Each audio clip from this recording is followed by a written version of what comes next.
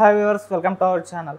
Tadepalli SIT కార్యాలయం వద్ద కొన్ని డాక్యుమెంట్లు తగలబెట్టేస్తున్న వీడియో ఒకటి తెగ వైరల్ అవుతుంది. అయితే ఇప్పుడు దీన్ని సోషల్ మీడియాలో మన టీడీపీ సోషల్ మీడియా కూడా చాలా వైరల్ చేస్తుంది. అంటే ఈ డాక్యుమెంట్లు దేనికి సంబంధించింది, అసలు ఎవరు తగలబెట్టారు, అసలు ఏముంది దీంట్లో? సో ఇదే అంశం మీద డిస్కస్ చేయడానికి ప్రజెంట్ మనతో పాటు సీనియర్ జర్నలిస్ట్ జయదేవ్ గారు, వారితో ఒకసారి డిస్కస్ చేద్దాం. సార్ నమస్కారం. సార్ నమస్తే. సో తాడేపల్లి సిట్ కార్యాలయం వద్ద చాలా డాక్యుమెంట్లు తగలబెట్టేస్తున్నారు. సో అది వీడియో ఒకటి వైరల్ అవుతుంది. సో ఇప్పుడు దీనిపైన టీడీపీ వారు స్పందించారు, ఇది వైసీపీ చేస్తున్న కుట్ర అని చెప్పేసి. ఇంతకు అసలు డాక్యుమెంట్లో ఏముంది, ఎవరు తగలబెట్టేస్తారు, మీ ఒపీనియన్ సార్ దీనిపైన? ఏముంది అంటే మొన్న ప్రణీతిరావు గారి సీడీలు కూడా ఎక్కడో మూసీ నదిలో ఎక్కడో పడేశారు, అవి దొరికాయి. అంటే అవి రికలెక్ట్ చేయలేరు కానీ దొరికాయని చెప్పి వస్తున్నారు కదా. సో ఇవి కూడా అదే యాంగిల్లో చేస్తున్నారేమో అన్నట్టుగా ఒక డౌటు. ఇంకోటి అంటే పత్రాలు తగలబడుతున్నాయి కానీ అవి దేనికి సంబంధించినవి ఏంటో తెలియదు. బట్ జనరల్గా అలా పత్రాలు తగలబెట్టాల్సిన అది కూడా ఆ విజువల్ చూస్తే కొంచెం చీకటి పడుతున్నప్పుడు లేదా ఎర్లీ అవర్స్లో తగలబెడుతున్నట్టుగా ఉంది. అంత లైటింగ్ ఫుల్ ఫ్లెడ్జ్డ్గా ఏం లేదు, చూశారు కదా. సో ఎవరికి తెలియకుండా ఆ టైంలో తగలబెట్టాలంటే ఏదో సంథింగ్ ఈజ్ బిహైండ్ దేర్.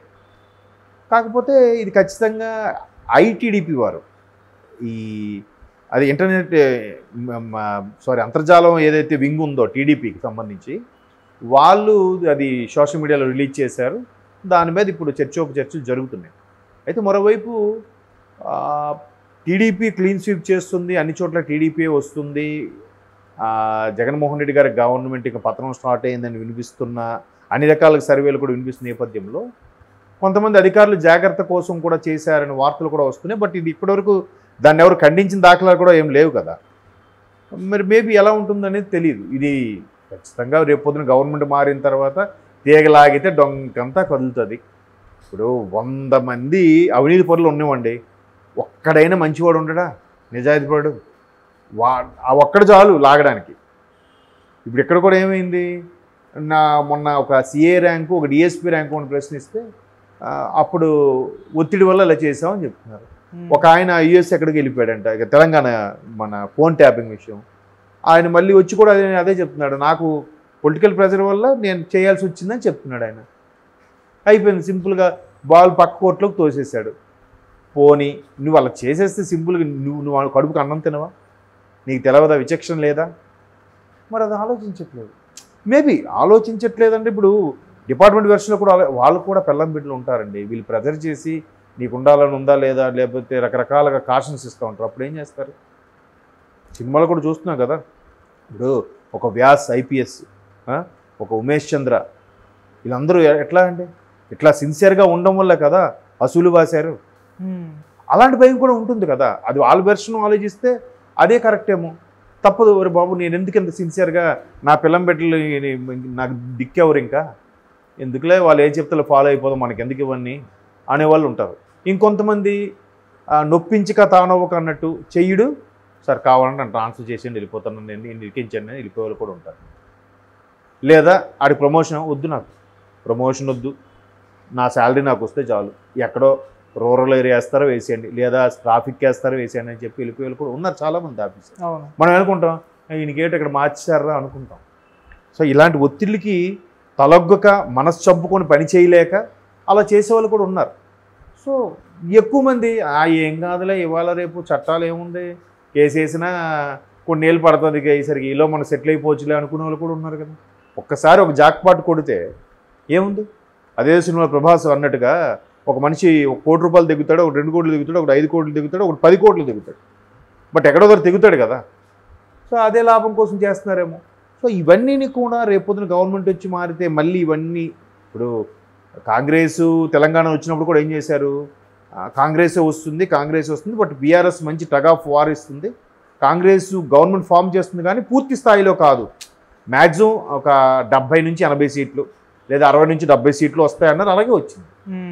ఖరాఖండిగా చెప్పారు కదా ముందు నుంచి సర్వేలు ఎలాగుంటే కాంగ్రెస్ గవర్నమెంట్ వస్తుంది కానీ ఎన్ని సీట్లు చెప్పలేకపోయారు. సో ఇంచుమించు అలాగే వచ్చాయి, 63-64 సీట్లతో కాంగ్రెస్. ఇప్పుడు అక్కడ కూడా టీడీపీ ఇలా ఉంది. మొన్న పెన్షన్స్ వల్ల టీడీపీకి కొద్దిగా డ్రాబ్యాక్ అయింది అని అన్నారు. డ్రాబ్యాక్ అయినా పెన్షన్స్ ఆపమని చెప్పిందా? ఎలక్షన్ కమిషన్ ఏమైనా ఆపమని చెప్పిందా? ఇంటికి వెళ్ళామని చెప్పినా కూడా ఎందుకు ఇవ్వలేదు? టీడీపీ మీద తోసేయచ్చు అని చెప్పి ఇవ్వలేదు, అంతే కదా. పోనీ పక్క రాష్ట్రాల వాళ్ళకి ఎవరికైనా వాలంటీర్ వ్యవస్థ ఉందా? మరి వాళ్ళు ఇవ్వట్లేదా పెన్షన్స్? సో ఇదే పోయి ఇంతకుముందు 2019 ముందు టీడీపీలో కూడా పెన్షన్ స్కీమ్ ఉన్నప్పుడు అప్పుడు వాలంటీర్ వ్యవస్థ లేకుండానే టీడీపీలో పెన్షన్లు మరి వెళ్ళాయి కదా, మరి అప్పుడు ముసలోళ్ళు బాధపడలేదా? మరి పక్క రాష్ట్రాలకి ముసలోళ్ళు కాదా? వాళ్ళెవరికి ఇబ్బందులు లేవా? అట్లా ఈ పొలిటికల్ మైలేజ్ కోసం వాళ్ళ మీద తోసేశారు. బట్ ఏది తోసేసినా కూడా ఓవరాల్గా ఆ ఇంట్లో ఒక ఎడ్యుకేటెడ్ ఉన్నా అర్థమైపోద్ది, లేదా ఎక్కడికైతే గ్రామ సచివాలయకి వెళ్ళారో గ్రామ సచివాలయంలో పనిచేసినోడికైనా అర్థమైపోద్ది.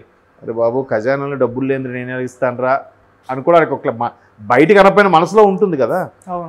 సో అటువంటి వాడు ఎవడైనా సీక్రెట్గా ఎడ్యుకేట్ చేస్తే అమ్మో ఇది బాగా చేస్తున్నారా, వీళ్ళు మళ్ళీ వస్తే మనకి ఇబ్బంది రా బాబు అని చెప్పి ఎడ్యుకేట్ చేస్తే క్లారిటీ వస్తుంది.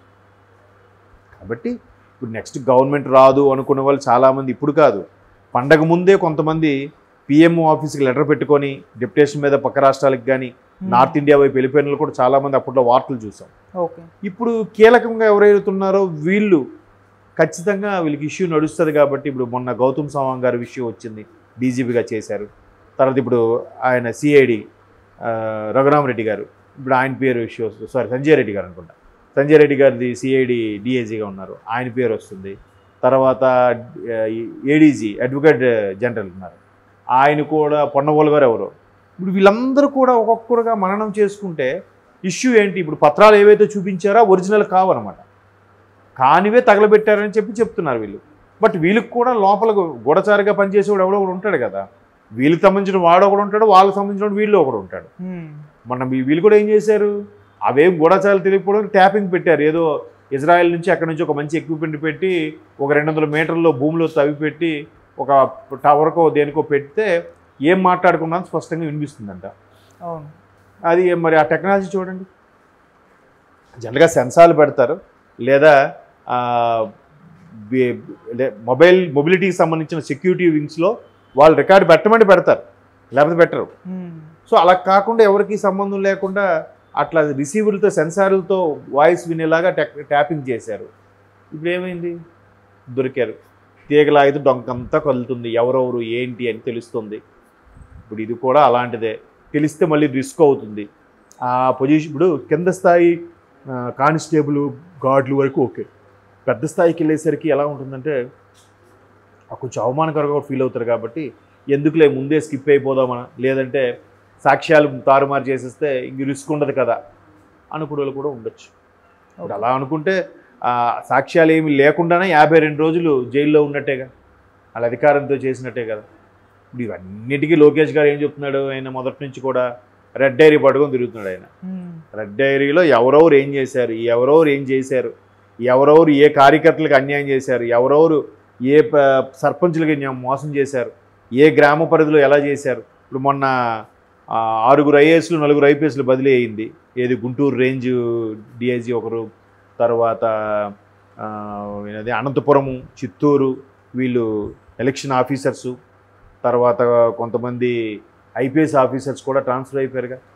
ఎలక్షన్ కమిషన్ కూడా జరిపించిందిగా. ఎట్లా జరిపించింది? ఇట్లాంటి ఫిర్యాదులు అవన్నీ వెళ్ళబట్టే కదా. ఇకపై ఈ సంజయ్ రెడ్డి గారు కానీ వీళ్ళకి కూడా ఇంపాక్ట్ అవ్వచ్చని అనుకుంటున్నాను. చూద్దాం మరి అది ఎంతవరకు దారి తీస్తుందో. టీడీపీ వాళ్ళు అయితే బలంగా నమ్ముతున్నారు. ఆ పత్రాలని కూడా చంద్రబాబు గారికి అగైనిస్ట్గా క్రియేట్ చేసినవే కాదు, ఒరిజినల్ క్రియేట్ చేసినవే కానీ ఒరిజినల్ కాదు. ఒరిజినల్ అయితే భద్రంగా ఉంచవచ్చు కదా. ఎందుకు ఒరిజినల్ కావని అంత బలంగా అందరూ నమ్ముతున్నారంటే, ఇప్పుడు ఇదే అంశం మీద సుప్రీంకోర్టులో కూడా కేసు వేశారు. అరెస్ట్ అయినప్పుడు అరెస్ట్ అయితే ఏం చెప్పారు, ఇట్లా ఆయన చేశాడు, ఆధారం ఉందా, లేదు మాకు రాష్ట్రం సిఐడి కోర్టులో ఉంది, సుప్రీంకోర్టుకు సిఐడి కోర్టు వచ్చేటప్పుడు తీసుకురండి ఒక వాయిదా, ఆధారాలు ఉన్నాయి రాష్ట్రంలో ఉన్నాయి తీసుకురండి ఇంకో వాయిదా. ఎందుకు ప్రూఫ్ చూపించలేకపోయారు? అవి డమ్మీ అని వాళ్ళకే తెలిసిపోయి ఉండొచ్చు, చూపించకపోయి ఉండొచ్చు నేను అనుకోవడం. సో ఇప్పుడు మళ్ళీ అవి ఇన్వెస్టిగేషన్లో కొత్త టీం వచ్చి ఐపీఎస్ వాళ్ళు వీళ్ళు మారిపోతారు కదా, ఉన్నతాధికారులు మారిపోయినప్పుడు ఎవరైనా క్షుణ్ణంగా తనిఖీ చేసి ఎంక్వైరీ చేస్తే కింద స్థాయిలతో సహా అందరినీ మూసేయాలి. పరిస్థితి ఏంటి? సో అందుకు ఎవరికి రిస్క్ లేకుండా కాల్ చేస్తున్నారు. అంటే పోతే నా మీద రిస్క్ రావచ్చు కానీ కింద ఆఫీసులకు ఎవరికి ఇబ్బంది లేకుండా ఉంటుందిలే అని చెప్పి కాల్ చేస్తున్నారేమో.